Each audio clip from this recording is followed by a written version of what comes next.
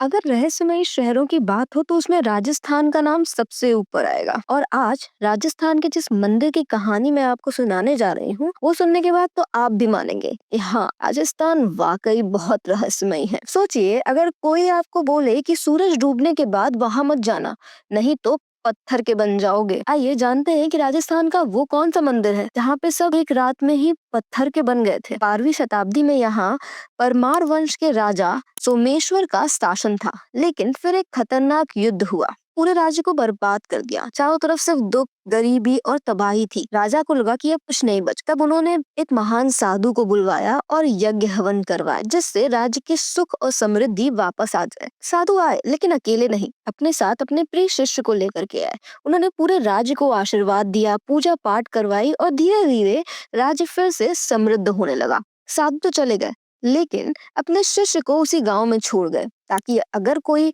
Problem future में आती है तो उनका शिष्य उसे हैंडल कर लेगा। सब कुछ सही हो गया था तो राजा समेत सभी लोग मस्त हो गए। साधु के शिष्य को इग्नोर करना शुरू कर दिया। बेचारा शिष्य बीमार पड़ गया, लेकिन किसी ने उसकी मदद तक नहीं की, सिवाय एक कुंवार की पत्नी के।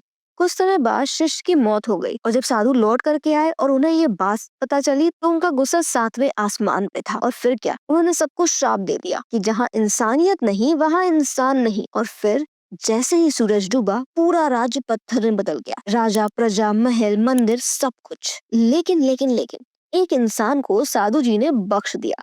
वो थी कुंवर की पत्नी, जिसने उनके शिष्य की सेवा की थी। पर उसे आदेश दिया, राज्य को छोड़ दो और जाते वक्त पीछे मुड़ के मत देखना। लेकिन भाई, इंसानी फितरत, जाते जाते उसने एक बार फिर अपने नगर को देखने की गलती कर दी और जैसे ही उसने मुड़कर देखा वो भी पत्थर में बदल गई। आज भी उसकी मूर्ति किराड़ू के बाहर मौजूद है। कहानी यही नहीं खत्म होती। कहते हैं कि जो भी इस मंदिर में सूरज डूबने के बाद जाता है वो कभी वापस नहीं आता। क्या ये सच है या सिर्फ एक लोक कथा? आप मुझे कमेंट करके जरूर बताइएगा।